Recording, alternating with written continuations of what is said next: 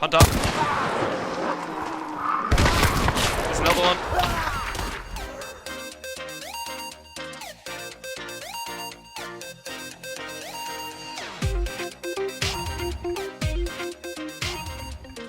Hello and welcome back to 4FS Gaming. I am Ascendance and today I'm going to be looking at perception in Hunt Showdown. Well, really perception is a concept that kind of is going to be useful for you in whatever game you play, but it is particularly useful in this one.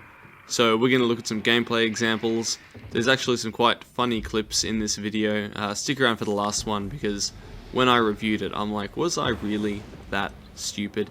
Anyway, we're going to talk about how to use visual and auditory perception to get an advantage over your enemies in Hunt Showdown and probably just about every other game that you play where stealth is somewhat of a concern. Before we get started, please join our Discord server, particularly if you want to partner or team up in any of the games that we play here on 4FS Gaming, and also find us on Twitch, where we're going to start streaming a lot more regularly when Shadow gets back into his streaming routine.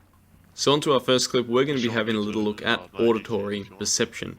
So I'm just going to let you watch this through, and I'm going to put some markers on the screen to show what I am looking out for here.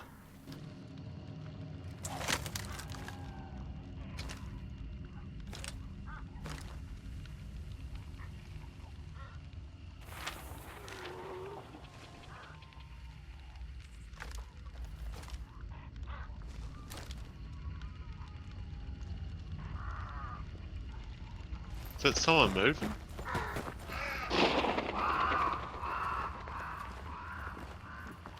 That wasn't you, I don't think. By recognizing the subtle differences between the noises around me, I'm able to create a mental picture of my surroundings other than what's in my immediate field of view. It's that distinction between the noise of a dog, a bird cawing, a zombie shuffling around, and the footsteps of an enemy player that allows you to turn, perceive, and kill without someone getting the jump on you in return. A similar feat a few moments later shows just how powerful listening for footsteps can be, where I can perfectly predict where someone's going to pop out, ready for me to take my shot.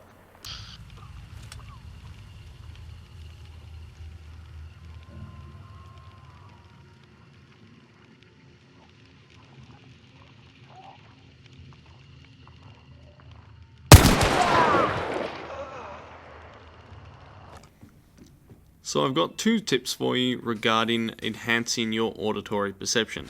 The first one's pretty basic and it's about your equipment.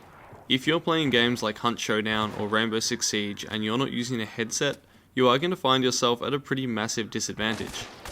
Unless of course you're in an awesome room with a surround sound speaker system, knowing where the shots are coming from, where enemy footsteps are in relation to you, just by sound alone, can give you a massive advantage.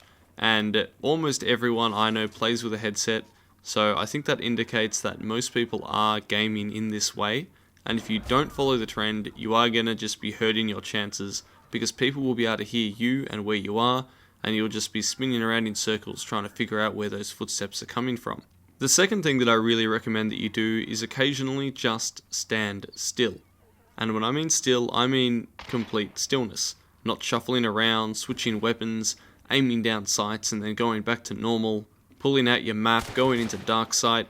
All of these things make noise, and they can indicate to someone pretty much exactly where you are if you're close. It also allows you to take that moment to listen very carefully and discern the sounds around you, filter out those that are being made by zombies or the world, and focus in on those player-only noises, like subtle footsteps or the switching of weapons. Now let's switch the focus to visual perception. So in this clip, I'm going to go up and notice that an enemy is on this clue. Now, I consider myself reasonably perceptive, and I challenge anyone who thinks they're perceptive to record some of their gameplay and then go back and have a look at exactly what they missed later, because you'll amaze yourself exactly what you didn't pick up on. I'll mark the moment that this guy first appears on my screen, and we'll see how long it takes for me to actually realize that there's an enemy in front of me.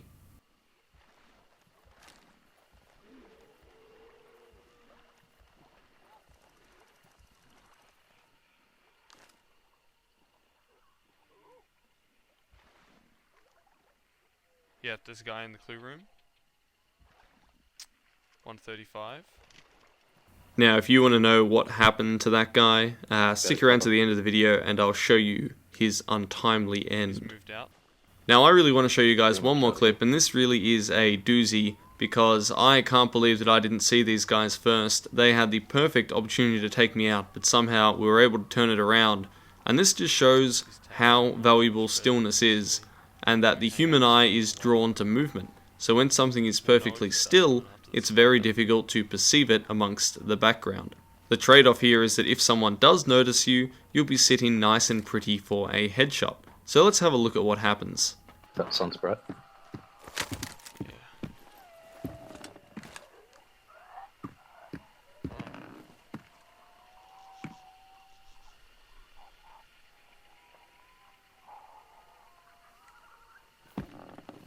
Oh, Hunter's 75, hiding in bushes, really close to the tower. Shit. One's down.